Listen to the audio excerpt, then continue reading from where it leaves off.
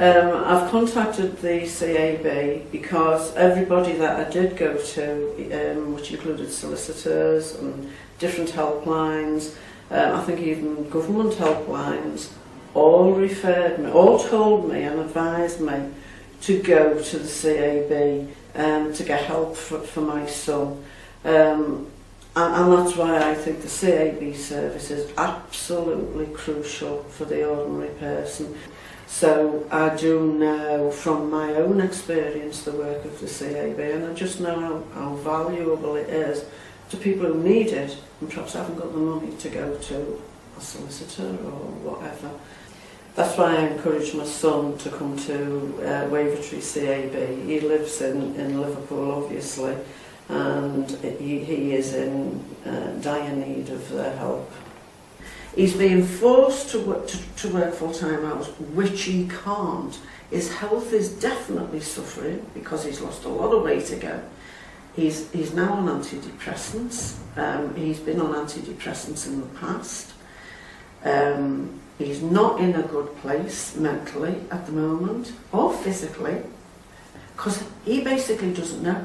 I don't know the system. It's been the guide in hand as to what step he needs to do next. Well, I heard from about the Citizens Advice Bureau literally from everywhere, really. Everybody's heard of it. I had to seek out the Citizens Advice Bureau because I was assessed on medical grounds on my incapacity status, and they failed me. When I first went down to the Citizens Advice Bureau, the first person I met was just a helper or a volunteer or someone, and they were dead helpful straight away. So I got a lot of pre-advice from them. That was helpful, and that took a lot of weight off my shoulders. When I got that first interview, I was delighted, you know. And they did mostly all the work, the difficult stuff for me. CAB gave me a pre-tribunal interview first, which was very relieving. It took a lot of pressure off me, you know. I was assessed by the CAB. They reckon I did have enough points to be categorised as an incapacitated job seeker.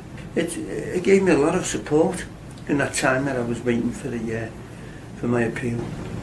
And to know that they're here to talk to you if you ever wanted to see them in the time, or they didn't see them for 6 months. I could have done if I wanted. And that gave me a lot of confidence and relieved a lot of pressure. And you know, to my surprise, I was delighted to see that my appeal was approved.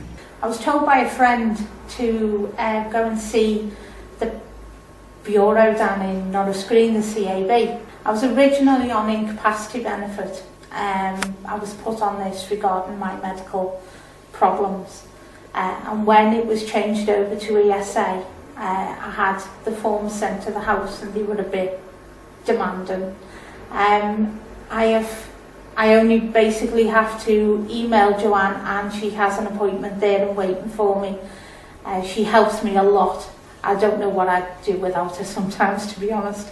And because of my medical reasons, she's a bit of a godsend to me at the moment. I've also got a partner who has to help me at home because of my problems. And she has helped us with any help that we need regarding home help. See, politicians who are thinking about making cuts in the CAB, if they think they're not doing any harm, they're wrong. You're withholding information from the public. Information that they have a right to know about. See, it's advice that we have to know. Everyone has a right to know what rights they have. It's wrong to withhold it from them. I also want to say that the government are compounding what they're doing to the disabled and chronically sick people by now hitting the people, the ordinary people who are losing their disability living allowance and their benefits, the different benefits. They're hitting the CABs now up and down the country by retracting money from them as well, which is criminal in my eyes, because it's the only port of call that the ordinary man in the street with not a lot of money can go to.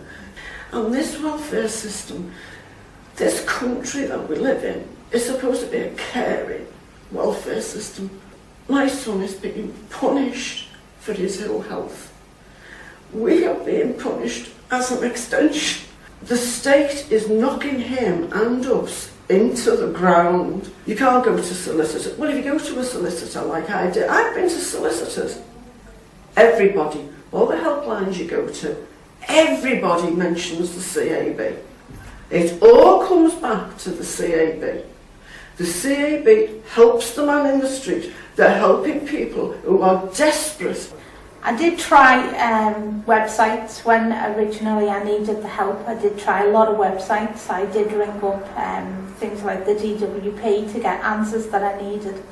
I didn't get any of the answers that I required. No one was there to help me what I wanted at the time. It was basically shoved from pillar to post.